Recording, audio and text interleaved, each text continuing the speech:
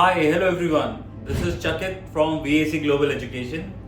Today I am here to explain you about how to do the payments for your tuition fees and GIC so that you would be able to save a lot of money. How you are going to save a lot of money, I am going to explain you step by step. So watch this video till the end and I am going to cover up what all information you can get from your offer letter, what all information you need to share with the payment gateways through you will be doing the payment, also how you would be saving money on your taxes. So watch this video very carefully. I will also cover up what all sponsors are there who can pay on your behalf so that you would be able to save money. So first thing first, when you get your offer letter from any of the colleges, which you can see on the screen now, this offer letter will have your tuition deposit details, like what is the minimum amount you need to pay in order to secure the seat and how you need to pay it. Now, generally in Canada, there are 3-4 type of options through which you can do your tuition fees deposit. One is that you can pay directly to the college account. Second is you can pay via Flywire, CIBC, Convera. So these are the different modes through which you can pay your tuition fee. Now what you need to do is you need to go onto their website, put down your student ID, fill out the exact form and the amount, and then you need to decide you want to pay it through the bank transfer, you need to make the payment through Visa or MasterCard, or you'll be making a Forex payment. So these are the 3 different ways through which you can make the payment directly to the university or the college you are going to. Apart from this, as per Indian laws, if you are making a payment of more than 7.5 lakhs, you will be liable to pay a TCS of 5%. So what is TCS? TCS is tax collected at source. So every time any payment which goes out of India, government wants to know how much funds are going away.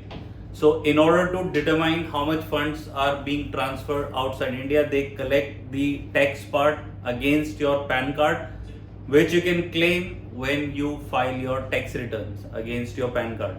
So for example, if your tuition fees is say 12 lakhs, you can split that payment from the 2 payee. One can be your mother, other one can be your father. I will cover up the GIC part later on. So keep on watching this video so that you would be able to understand how the complete payment will going to work.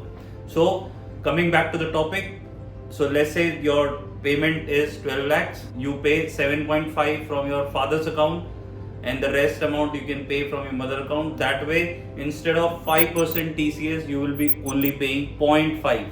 So this is a huge difference, and that way you would be able to save a lot of money which you don't have to pay upfront in form of your TCS payments. Now for the GIC part, all the banks and the government of Canada says that the GIC should be paid from the student account itself. However, this is not 100% true or applicable. There are ways where your parents can also make the payment towards GIC and it will be reflected that the student has paid. This transaction is done through the Forex people. Now for the GIC payment, you can open your account in multiple banks, like for example CIBC, Scotiabank, then RBC, then they have ICI Canada, they have SBI Canada, and there are other banks also through which you can do your GIC payments. You can get your account created.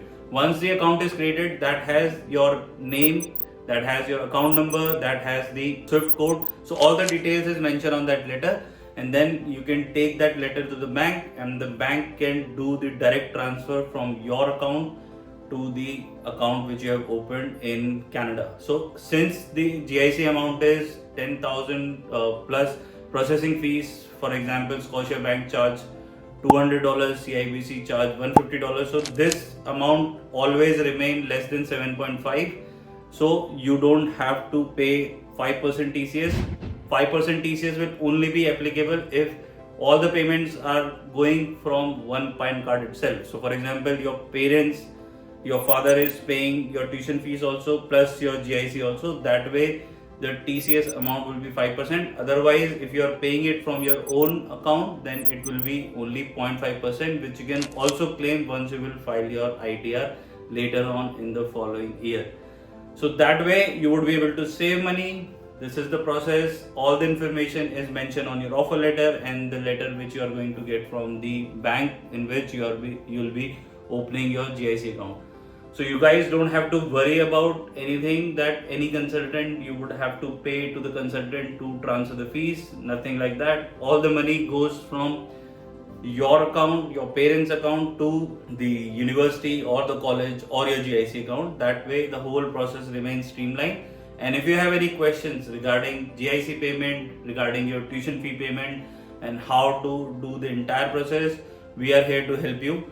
And if you have any query, then write it down in the comment section. That way we would be able to answer to the specific query which you might have.